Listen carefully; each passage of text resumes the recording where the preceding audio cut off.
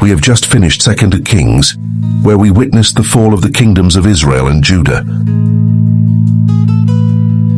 We saw Jerusalem conquered by Babylon, the temple destroyed, and many of God's people carried away into exile.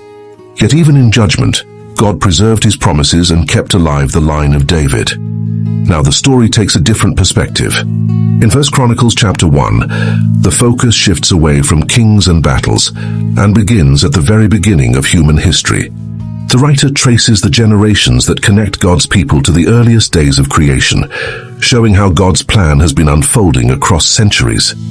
The chapter opens with Adam, the first man, and moves through the early generations: Seth, Enosh, Kenan, Mahalalel, Jared, Enoch, Methuselah, Lamech, and finally Noah. From Noah, the story continues through his 3 sons, Shem, Ham, and Japheth. Their descendants spread across the earth after the flood, becoming the foundations of many nations.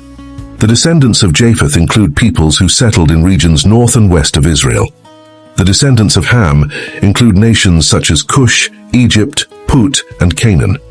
The chapter also mentions Nimrod, a mighty ruler whose kingdom became well known in the ancient world.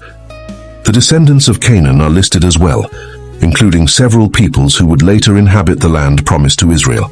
The genealogy then turns to the line of Shem, the son through whom the covenant line would continue. Through generations including Arphaxad, Shelah, Eber, Peleg, Ru, Serug, Nahor, and Terah, the story arrives at one of the most important figures in Scripture, Abraham. The chapter reminds us that Abraham was also called Abram.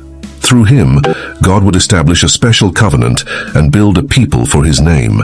From Abraham, the genealogy branches into his descendants. The sons born through Keturah are listed, along with the line of Ishmael, Abraham's son through Hagar.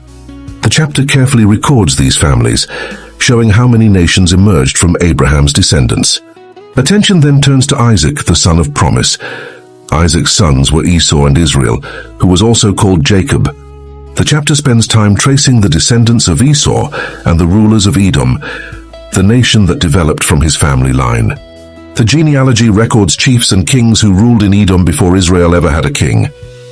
These names remind readers that God's promises were unfolding in history, long before the monarchy of Israel began. This chapter may seem like a long list of names, but it serves an important purpose. It connects Israel's story to all humanity.